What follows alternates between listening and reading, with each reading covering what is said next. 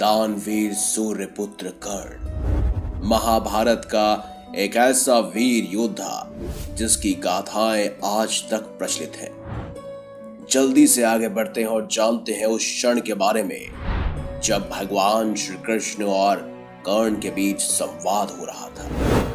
ऐसे में सूर्यपुत्र कर्ण ने कृष्ण जी से पूछा, मेरा जन्म होते ही मेरी मां ने मुझे त्याग दिया, क्या अवैध संतान होना मेरा दोष था? द्रोणाचार्य ने मुझे सिखाया नहीं क्योंकि मैं क्षत्रिय पुत्र नहीं था। परशुराम जी के पास गया तो उन्होंने मुझे सिखाया। जब मैंने उनसे शिक्षा प्राप्त कर ली और उन्हें मेरी सच्चाई के बारे में पता चला तो उन्होंने मुझे श्राप दे दिया। जिस वक्त मुझे उस विद्या की सर्वाधिक आवश्यकता होगी मुझे उसका विस्मरण हो जाएगा, क्योंकि उनके अनुसार मैं क्षत्रिय नहीं था। केवल संयोगवश एक गाय को मेरा बाण लगा, उसके स्वामी ने मुझे श्राप दे दिया, जबकि मेरा कोई दोष नहीं था। द्रौपदी के स्वयंवर में भी मेरा खूब अपमान किया गया, मुझे सोतपुत्र कहा गया। माता कुंती ने मुझे आखिर में मेरे जन्म का रहस्य बताया और उस समय भी उन्होंने मुझसे दान में अपने बेटों को बचाने के लिए कहा। जो कुछ भी मुझे प्राप्त हुआ वो मुझे दुर्योधन से ही प्राप्त हुआ, तो अगर मैं उसकी तरफ से लड़ा तो मैं गलत कहां हूं हे वासुदेव?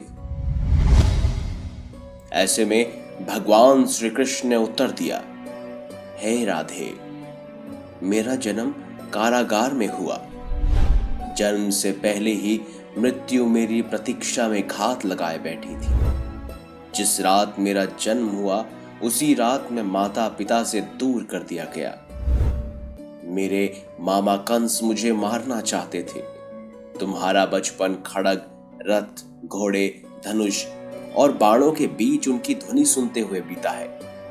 मुझे तो ग्वाले की गौशाला मिली, गोबर मिला और खड़ा होकर जब चल भी पाया उससे पहले ही कई प्राणघात हमले मुझे झेलने पड़े।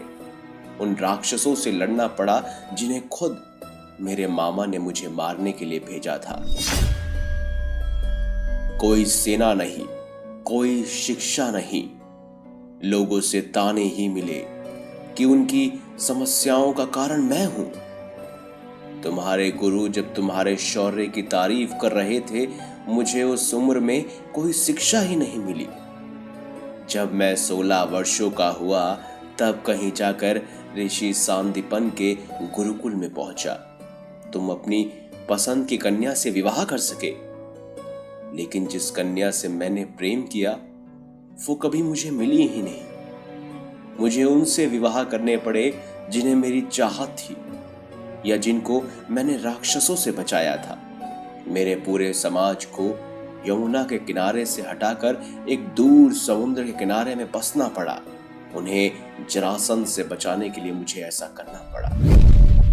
रण से पलायन करने के कारण मुझे रणछोड़ भी कहा गया।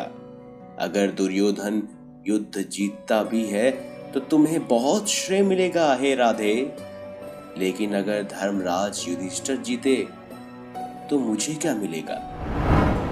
मुझे केवल युद्ध और युद्ध से निर्माण हुई समस्याओं के लिए दोष दिया जाएगा।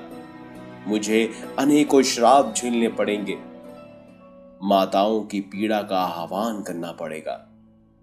अपने ही लोगों से मुझे दूर होना पड़ेगा। एक बात का स्मरण रहे राधे, हर किसी को जिंदगी चुनौतियां देती है। जिंदगी किसी के भी साथ न्याय नहीं करती। दुर्योधन ने अन्याय का सामना किया है तो युधिष्ठिर ने भी अन्याय भुगता है, लेकिन सत्य धर्म क्या है ये तुम भली भांति जानते हो।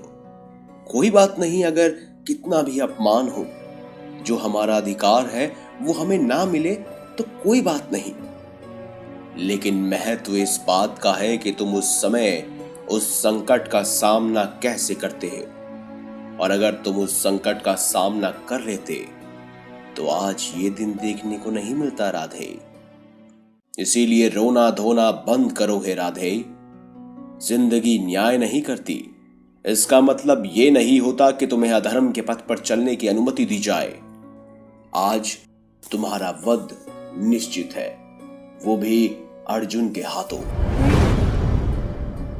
ऐसे में कर्ण ने दोबारा श्री कृष्ण से प्रश्न किया, मैं मृत्यु के लिए तैयार हूं, लेकिन मेरे सामर्थ्य का क्या? तब भगवान श्री कृष्ण ने कहा, यह सोचो कि तुम्हें छल से मारना पड़ रहा है राधे, इससे बड़े सामर्थ्य की बात क्या होगी? तुम्हारा रथ उस भूमि में फंस चुका है, उसका पहिया तुम्हें निकालना ही पड़ेगा राधे। यही काल चक्र का नियम है और उसी समय छल पूर्वक अर्जुन को अंजलि अस्त्र से तुम्हारा वध करना ही होगा राधे। यहीं से धर्म की नींव रखी जाएगी और धर्म के लिए यह सब करना पड़ेगा राधे। इसीलिए अब जितना भी तुमने रोना धोना था वो सब बंद करो